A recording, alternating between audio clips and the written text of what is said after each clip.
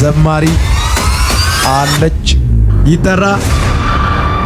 በመጨረሻም በኦርቶዶክስ ተዋሕዶ ቤተክርስቲያን ውስጥ እጅግ በጣም ተወዳጅ የሆነችው ዘማሪት ምርትነሽ በመጨረሻም በዩ ጩፋ ቸርች ውስጥ ታይታለች መባሏ ብዙዎችን ያስደነገጠ ሲሆን ስላለፈ የሰላምና የፍቅር ዘመን ብለን ብዙ የተውን ነገር ግን በጉያችን የሚያቃጥልን የታሪክ እሳት የተሸከምን ከዚህ በኋላ ወስኛለሁ። ማንንም ምንም ይበል ማንንም አልሰማም።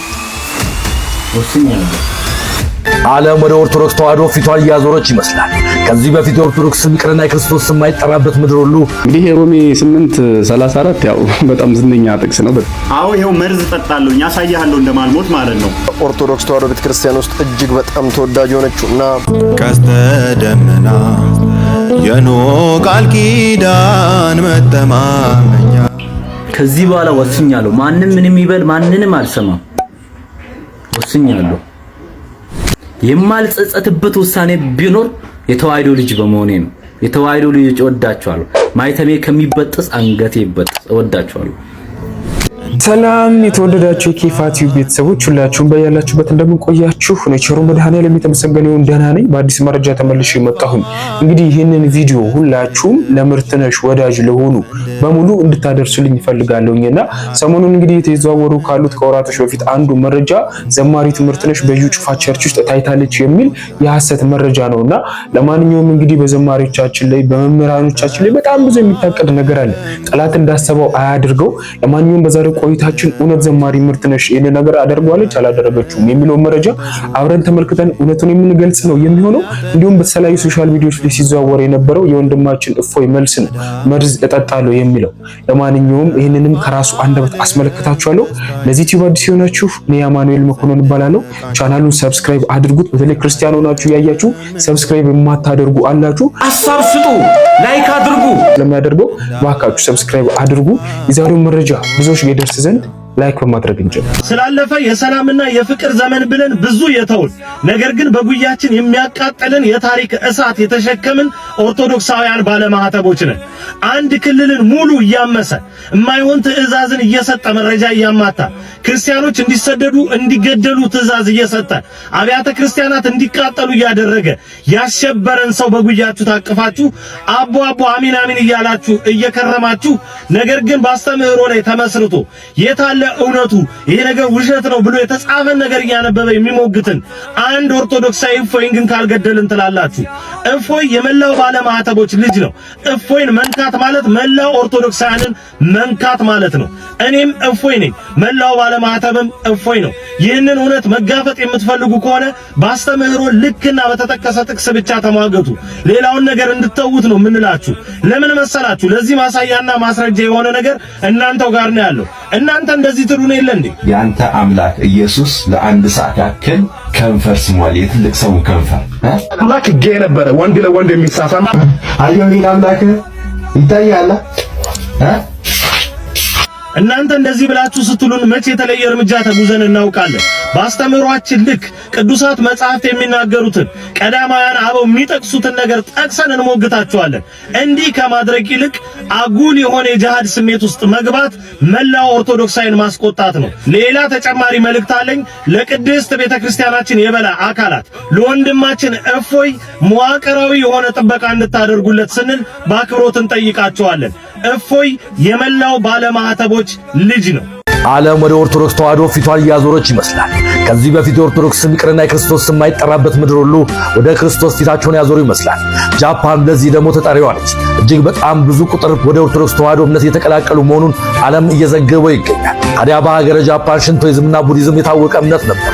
ኦርቶዶክስ ቤተክርስቲያን በሩቅ ምስራቅ የለችም ሲባል የተነገረላት አሁን ግን በጳጳስ ደረጃ እንዲሁም መነኮሳትን ቀሳውስትን እያፈራች ትገኛለች። ጃፓን በራሷ ቋንቋ ትቀድሳለች። ጃፓን በራሷ ቋንቋ አምላኳን ታመሰግናለች። በዚህም እጅግ በጣም ቁጥራቸው ላቅ ያለ ጃፓናውያን ወደ ኦርቶዶክስ ተዋሕዶ እየገቡ እንደሆነ እየተዘገበም ይገኛል። አገልግሎትም ብዙ ኢትዮጵያውያንም ወደዛ እንደፈለሱም ይነገራል። አሁን ላይ ጃፓን እያስገረመ ያለው የኦርቶዶክስ ቁጥር መብዛቱ ብቻ ሳይሆን መነኮሳት በዛ ልክ ለክርስቶስ ራሳቸውን አምነውና ሰጥተው ወደ ገዳሙ እየገቡ እንዲሁም ቤተ እምነትን እየገነቡ መሆናቸው አነጋጋሪ ሆኗል። እናም የሀገር ሰው በሀገራችን ይህን ያለ የኦርቶዶክስ እምነት አማኝ ባለበት እንዲሁም የክርስቶስ ፍቅር የገባቸው ተከታይም ያላቸው ገዳማያን እንዳሉም ይታወቃል። ከዚህ በፊትም ስለ ሙታንሳ ማር ቅዱስ ሚካኤል አንድነት ገዳም በዓትን ገንባ ጥያቄያችን ላይ አቅርበን ነበር። ነገር ግን አሁንም የአባቶች በዓት ግንባታ ይቀራል። እሱን ገንብተን ዓለም የተቀበለውን ኦርቶዶክስ አይነት አጠናክረን ብዙ ሕይወትን ወደ ክርስቶስ መንገድ መመለስ ግዴታችን ነው። ያሉትን እያበረታን ያላመኑትን ወደ ትክክለኛው መንገድ እየመለስን እንቀጥላለን። በሙታንሳ ማር ቅዱስ ሚካኤል አንድነት ገዳም የአባቶች በዓት ግንባታ ላይ መሳተፍ የምትፈልጉ የበረከት ተካፋይ ልትሆኑ ከፈለጋችሁ በንግድ ባንክ 1442 598 እንዲሁም አቢሲኒያ 141 029444 በኩላችሁ እንድታደርጉ እንጠይቃለን። በዚህ ስልክ ደውሉላቸው፣ አበርቷቸው።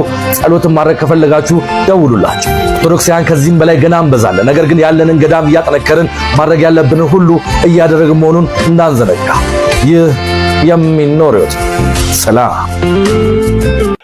እንግዲህ ይበል ደስ የሚያሰኝ ነውና በዓለም ደረጃ ላይ የቤተ ክርስቲያን ቁጥር በጣም ብዙዎች እንግዲህ ትጠፋለች እያሉ ሲናገሩ ነበርና ነገር ግን የቤተ ክርስቲያን ቁጥር ከዚህ በላይ ይስፋፋል። ምክንያቱም የተስፋው ቃል የሚለው የገሃነም ደጆች እንኳን አይችሏትም ነው የሚለውና ስለዚህ መሰረቷ ክርስቶስ ስለሆነ በየትኛውም ጭራሽ ኢትዮጵያ ውስጥ ይጠፋል ሲባል ዓለም በዚህ ደረጃ ልክ እቺን ቤተክርስቲያን እየተቀበሉ ነው የሚገኙትና ሁላችንንም በሃይማኖት ያጽናል እላለሁኝ።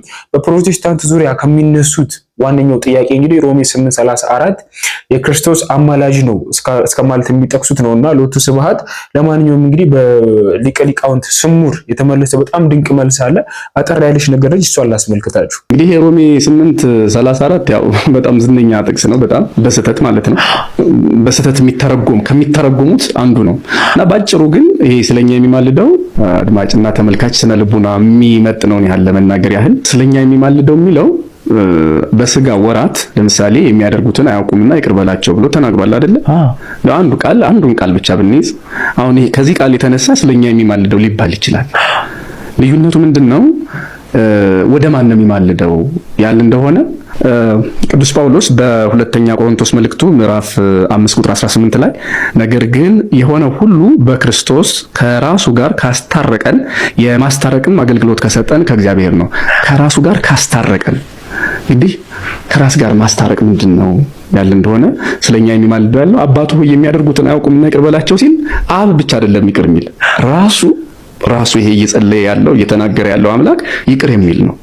በስጋው ስጋን ስለለበሰ እንደኛ ሰው ስለሆነ የሚያደርጉትን አያውቁምና ይቅር በላቸዋል። እየተቸነከረ ነው፣ እየደማ ነው። ለሚያደሙት አጥንቱ እስኪታይ ለገረፉት ለነሱ የሚያደርጉትን አያውቁምና ይቅር በላቸው እያለ ፍቅርን እያሳየ ነው። ይሄ የለበሰው ስጋ ነው። ይቅርታስ የማን ነው ያለ እንደሆነ የሱ ነው፣ የአብም ነው፣ የመንፈስ ቅዱስም ነው። አብ ወልድ መንፈስ ቅዱስ ይቅር ይላሉ። ቅዱስ ጳውሎስ በኤፌሶን መልእክቱ አንድ ጌታ ነው የሚለው። አንድ ጌታ ማለት ይቅር የሚሉት ሶስቱም ናቸው እንጂ አብ ብቻ አይደለም፣ ወልድ ብቻ አይደለም፣ መንፈስ ቅዱስ ብቻ አይደለም። ስለዚህ ስጋነቱን የሚያመለክት ነው። ይሄ ስጋ ሰው መሆኑን የሚያመለክት ነው። የመጀመሪያው ምክንያት ማለት ነው ስለኛ የሚማልደው የሚለው ይሄው የሚያደርጉትን አያውቁምና ይቅር በላቸው እያለ ሰማ ነው።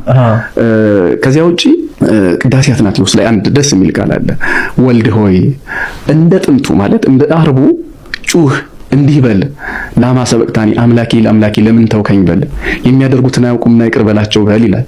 እና ስለኛ የሚማልደው ማለት ዛሬም ድረስ የክርስቶስ ስጋና ደም እኛ ከሱ ጋር እንድንኖር የሚያደርጉትን አያውቁምና ይቅር በላቸው የሚል ስጋና ደም ነው ያለ።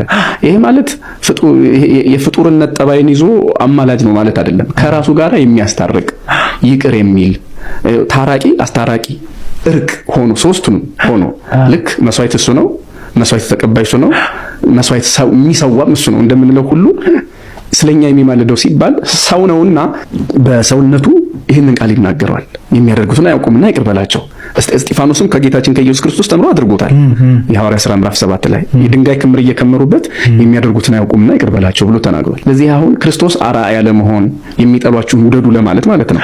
እየቸነከሩት እያደሙት የሚያደርጉትን አያውቁምና ይቅር በላቸው አለ። አርአያ ለመሆን ይሄው እስጢፋኖስ ከሱ ተምሮ በድንጋይ የሚደበድቡትን የሚፈነክቱት የድንጋይ ክምር የከመሩበትን የሚያደርጉትን አያውቁምና ይቅር በላቸው አለ። ስለዚህ ሌላው መልክ ደግሞ አራያነት ነው። ሰው መሆንን ያየን እንደሆነ ግን ቅድም እንዳልኩት ነው። ክርስቶስ አምላካችን ሰው ነው። ሰው የሆነ አምላክ ነው ወይም አምላክ የሆነ ሰው ነው። ስለዚህ ሰውነቱን የተመለከተ ቃል እሱ ጋር እናያለን፣ ከአብ ከመንፈስ ቅዱስ በተለየ ሁኔታ። ስለዚህ ዛሬም ስጋውን ስንበላ ደሙን ስንጠጣ በስጋውና በደሙ በኩል ከሱ ጋር እንታረቃለን፣ ከአባቱ ጋር እንታረቃለን፣ ከመንፈስ ቅዱስ ጋር እንታረቃለን፣ በህይወት እንኖራለን። ህይወትን የምናገኘው በክርስቶስ ስጋና ደም በኩል ነው። ስለዚህ ስለኛ የሚማልደው ማለት በዚህ አንጻር ነው መታየት ያለበት ማለት ነው ባጭሩ። መምህራችን እንግዲህ ቃለ ሕይወት ያሰማልና በጣም ብዙዎችን የሚያጨቃጭቀው አንዱ ከመጽሐፍ ቅዱስ ሮሜ 8:34 ነው እያስባለሁኝና ለማንኛውም እንግዲህ ጥቅሶቹን ልክ አባቶቻችን እንደሚያብራሩት ብንቀበለው እውነት ረፍትን የምናገኝበት ያስባለሁኝና ለማንኛውም ለመምህራችን ቃለ ሕይወት ያሰማልን። ሰሞኑን በሶሻል ሚዲያ ሲዘዋወሩ ከነበሩ ቪዲዮዎች አንዱ የእፎይ መልስ ነው። መርዝ እስከ መጠጣት ደርሳለሁ ነገር ግን እያለ ያስረዳቸው ነገሮች አሉ። እሱን ቪዲዮ ላስመልክታችሁ ከዛ ወደ ምርት ትንሽ እናልፋለን። አዎ ይሄው መርዝ ጠጣለሁ ያሳያለሁ እንደማልሞት ማለት ነው። መርዝ ጠጥቻ ያሳያለሁ። ከሙስሊም ወንድሜ ገዳይ የሆነ መርዝ ብሰጥህ አትሞትም ወይ? ማርቆስ 16:16 ሳይሆን ማርቆስ 16:18 ላይ ያለውን የሚያምኑ እነኚህ ምልክቶች ይከተሏቸዋል፣ የሚገድል እንኳን ቢጠጡ አይሞቱም የሚለውን እዞ የአይጥ መርዝ ልስጥህ ትጠጣለህ ወይ ብሏል። አዎ ይሄው መርዝ ጠጣለሁ ያሳያለሁ እንደማልሞት ማለት ነው። መርዝ ጠጥቻ ያሳያለሁ። ነገር ግን ይሄ ልጅ በንባብ ያመጣው ሳይሆን እና አህመድ ዲዳት እነ ዶክተር ዛኪር ናይክ እንደገና ደግሞ እና አቡ ሃይደር ደጋግመው የሚሉት ጥቅስና ደጋግመው የሚጠይቁት ጥያቄ ነው። ይህንን ጥያቄ በ12 መስመር እንከረችመዋለን። እንዴት እንደምንከረችመው እኔ መርዙን ጠጥቻ ያሳያችኋለሁ፣ ምንም እንደማልሆን ማለት ነው። ዶክተር ዛኪር ያለውን ሰምታችሁታል። አንድ ሰው አላገኘውም ማለት መርዝ ጠጥቶ ቢው የሚያረጋግጥ ሳይንቲፊክ ነው አለ። ይህንን ሳይንቲፊካሊ ካደረጋችሁት ወይንም ደግሞ ፕሩፍ ካደረጋችሁልኝ ክርስቲያን ሆናለሁ። ስለዚህ አንድ ሰው የሚያረጋግጥልኝ አጥቻለሁ ነው እያለ ነው ያለው። ይህንኛው ልጅ ደግሞ መርዝ እንድጠጣ ግብዣ አድርጎልኛል። መርዙ ፊቴ ተቀምጧል። ልጠጣው እጠጣዋለሁኝ። ነገር ግን ይህን መርዝ ብጠጣ ታምናላችሁ? አታምኑ። ምክንያቱም መርዝ አይደለም ትላላችሁ። ኦኬ መርዝ አይደለም። አዎ ግን እንዴት እንተማመን ታዲያ? ገዳይ የሆነ መርዝ አይጥ ተራ ነገር ነች። ለምን የሬሳ ማድረቂያ አይሆንም? ገዳይ የሆነ መድኃኒት አንተ ራስህ ገዝተህ ታመጣልኛለህ። ያን ገዳይ የሆነ መርዝ እኔ ገዝቼ ብጠጣ ገዳይ አይደለም ብለህ ስለምትከራከር አንተ ራስህ ገዳይ የሆነው መርዝ ገዝተህ ታመጣና ትሰጠኛለህ። ከመስጠትህ በፊት ግን በኢትዮጵያ ባህል፣ ወግ፣ ስርዓት መሰረት አንድ ሰው ግብዣ ሲያቀርብ ዝም ብሎ ብሉ ጠጡ አይደለም የሚለው፣ አብሮ እየበላ እየጠጣ ነው አይደለ? ቀምሰህ ትሰጠኛለህ። መርዝን ያልቀምስ ይገለኛል እንዳትል ደግሞ ነብይህ እንደዚህ ብለዋል። ላንብብልህ።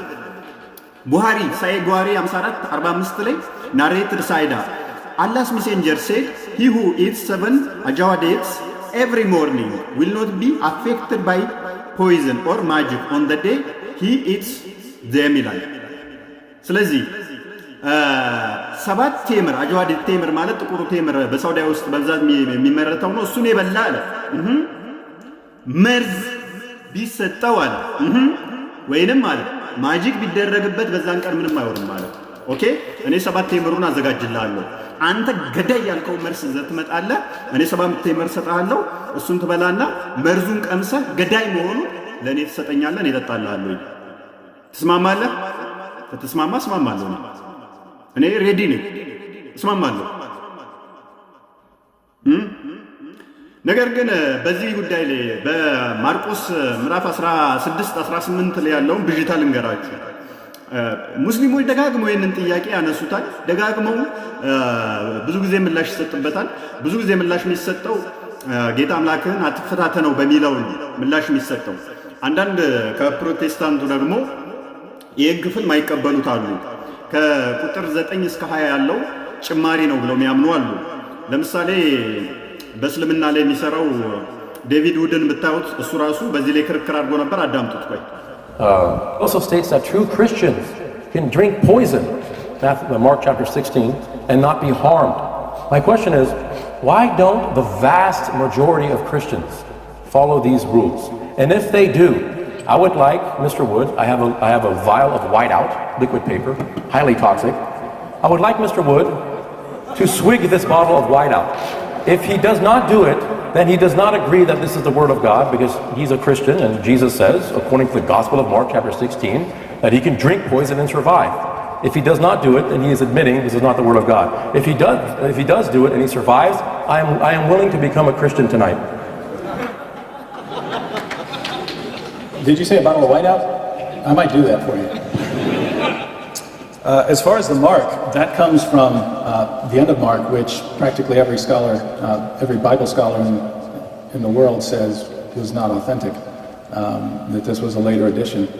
And so that's not in the early source material as far as our earliest records don't have that part about the እንደሰማችሁት ነው። ዴቪድ ውድ የኛውን ክፍል አይቀበለውም። ከቁጥር 9 እስከ 20 ያለው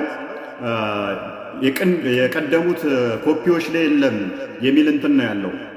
ከቀደሙት ኮፒዎች አንዱ ግዕዝ ነው፣ የቤተክርስቲያናችን መጽሐፍ ነው። ስለዚህ እኛ የማርቆስ ወንጌል ምዕራፍ 8 በኋላ ያለው እስከ 20 ያለው በቀደሙ መጽሐፍቶቻችን ውስጥ ስላለ እንቀበለዋለን። ስለዚህ እዛ ላይ የሚናገረው ብዛት ጌታችን ኢየሱስ ክርስቶስ ከትንሣኤ በኋላ ለመግደላዊት ማርያም እንደተገለጠላት፣ ለብዙ ሕዝብ እንደተገለጠ፣ ከዛ በኋላ እንዳረገ፣ ሐዋርያቱን ወደ ዓለም ሄደው እንዲሰብኩ፣ ያመነ የተጠመቀ ይድናል የሚለው ፓርት፣ እንደገና ደግሞ ማረጉን የሚናገር ክፍል ነው። ይሄ ክፍል እኛ ጭማሪ ነው ብለን አናምንም። የቤተክርስቲያን መጽሐፍ እንደመሆኑ እንቀበለዋለን። ለምሳሌ እዚሁ ላይ ግን ምላሹ እኮ አለ። ምላሹ ቁጥር 16ን ብታነቡት እንደዚህ ይላል፣ ያመነ የተጠመቀ ይድናል ይላል። ሚድነው ማን ነው? ያመነ የተጠመቀ ይድናል፣ ያላመነ ግን ይፈረድበታል ይላል። ይሄ እያወራ ያለው ስለ ነጠላ ህዝብ ሰው ነው። ያመነ ሲል ስለ አንድ ሰው ነው እንጂ ያመኑ እያለ አይደለም። ያመነ የተጠመቀ ይድናል፣ ያላመነ ግን ይፈረድበታል አለ። ኢንዲቪዥዋል ነው፣ ሲንግል ነው፣ ሲንጉላሪቲ ነው እያወራ ያለው። ስለ ሲንግል ፐርሰን ነው እያወራ ያለው። ቁጥር 17 ላይ ግን ስንሄድ ይቀየራል። እንደዛ አይደለም። 17 እንደዚህ ይላል፣ ይህች ምልክት በስሜ የሚያምኑትን የሚያምንን አይደለም የሚለው የሚያምኑትን ትከተላቸዋለች። በስሜ አጋንንት ያወጣሉ፣ በአዲስ ቋንቋ ይናገራሉ። ይናገራል ሳይሆን ይናገራሉ። እባቦችን በእጃቸው ይይዛሉ። ይይዛል ሳይሆን ይይዛሉ። የሚጎዳቸው ነገር የለም። የሚጎዳው ነገር የለም ሳይሆን የሚጎዳቸው የለም። የሚገድል መርዝ ቢጠጡ የሚጎዳቸው የለም። በደዌያን ላይ እጆቻቸውን ይጭናሉ፣ ደዌያንንም ይፈውሳሉ ይላል። ይሄ ጸጋ ለብዙዎች የተሰጠ ነው እንጂ ለእያንዳንዱ ለግለሰቦች የተሰጠ አይደለም። ቁጥር 16 ላይ እንደነገርኳችሁ ማመን መጠመቅ የእያንዳንዱ ነው። ይህንኛው ግን ለብዙሃን እንደተሰጠ የሚያሳየው ምንድነው? እንደዚህ ያደርጋሉ ነው። በአንደኛ ቆሮንቶስ ምዕራፍ 12 ቁጥር 4 ላይ ደግሞ የጸጋ ስጦታዎች ልዩ ልዩ ናቸው ይላል፣ መንፈስ ግን አንድ ነው ይላል። ስለዚህ እነኚህ ጸጋዎች አንዱ ጋር ያሉት አንዱ ጋር ላይኖሩ ይችላሉ። አንዱ ደዌያንን ሲፈውስ፣ አንዱ በልሳን ሊናገር ይችላል። አንዱ የሚገድል እንኳን ቢጠጣ፣ አንደኛው ደግሞ በአዲስ ቋንቋ ሊናገር ይችላል። ስለዚህ እነኚህ የጸጋ ስጦታዎች ልዩ ልዩ መሆናቸውን ስለሚናገር እዛው ፓርት ላይ ነሰሰርሊ ግለሰብ ወይም አማኝ የግዴታ መርዝ ጠጣ የሚያስብል አይደለም ጥቅሱ። ነገር ግን እኔ የሰጠው ሳይ ቡሃሪ 54:45 ላይ እያንዳንዱ ሙስሊም ይህንን እንዲያደርግ የሚያዝ ነው። አላህስ ሜሴንጀር ሴድ he who eats 7 ajwa dates every morning will not be affected by poison or magic on the day he eats them ይላል። ይሄ እያለ የሚገልጸው ማንን ነው? ግለሰብን ነው። ስለዚህ ግለሰቡ 7 ቴምር ከበላ ምንም አይሆንም ነው የሚለው። የኛስ ምንድነው እያለ ያለው? እንደዚህ የሚያደርጉ አሉ፣ እንደዚህ ያደርጉ። ትክክል ነው። ምንም ይሄ ዳውት የለውም ማለት ነው። በእኛ ተቀባይነት አለው። አስቀድሜ እንዳልኩ ግን በሀገራችን ግብዣ ላይ ቀምሶ ማቅረብ የተለመደ ስለሆነ እችን ሐዲስህን መሰረት በማድረግ ቀምሰ መርዙን ትሰጠኛለህ፣ ጠጣላለሁ። ወንድማችን እፎይ እንግዲህ ቃለ ሕይወት ያሰማልንና ይህን ጥያቄ ለጠየቁ ነው መልስ የመለሰው። ሶሻል ሚዲያ ላይም ሰሞኑን ሲዘዋወር የነበረ ነውና ለማንኛውም ወንድማችን እፎይ እንግዲህ በሰላም ከበዓል በኋላ ይመለሳል ብለን እናስባለን። ከአንድ ከሁለት ሳምንት በኋላ እግዚአብሔር በሰላም ያገናኘን እንላለን። ሰሞኑን እንግዲህ ከወራት ከሳምንት አይ ቲንክ እንደዛ ይመስለኛልና ሲዘዋወሩ ከነበሩ መሪዎች አንዱ ዘማሪ ትምህርትነት በየጩፋ ቸርች ውስጥ ተገኝታለች የሚል የሐሰት መረጃ ነውና በዘማሪዎቻችን ላይ በመምህራኖቻችን ላይ በቃ ካላቸው ፍላጎት የተነሳ እንግዲህ ብዙዎች የሐሰት መረጃ ይሰራሉ። ከነዛ መካከል አንዱ ነው። ለማንኛውም ምን ተባለ የሚለውን ላስደምጣችሁና ሐሳብ ሰጥተን እንጨርሳለን። ሰርፕራይዝ ነው የሚሆነው። ይጠራ